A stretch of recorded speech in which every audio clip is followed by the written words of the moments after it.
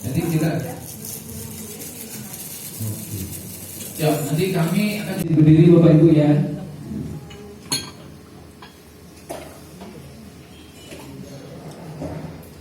Di dua pasar ini juga kita kumpul, ya kan? Untuk kita berikan informasi mengenai hasil pengawasan kami, kemudian bahayanya formalin ini, ya, apa yang bisa ditimbulkan dampak negatifnya untuk kesehatan bagi masyarakat yang mengkonsumsi, ini kami akan informasikan. Dan yang paling penting adalah kami berikan solusi alternatif pengganti formalin bagi mereka. Ya. Jadi kami nanti akan berikan solusi alternatif pengganti supaya mereka nanti berpindah untuk tidak menggunakan formalin lagi, khususnya untuk produsen. Ya.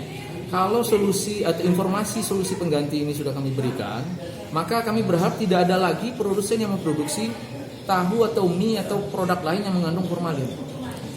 Nah, kalau masih hasil pengawasan berikutnya masih memberikan hasil yang tidak jauh berbeda, maka mau tak mau kita alternatifnya akan lebih ke fokus ke penindakan, ya kan?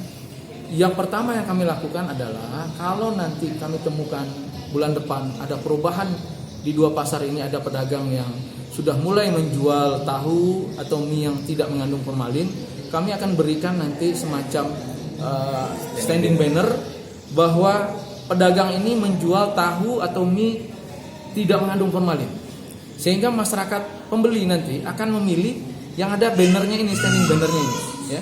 Mana yang masih positif nggak akan kami kasih, sehingga nanti secara tidak sengaja nanti maka yang mengandung formalin akan tersingkir sendiri.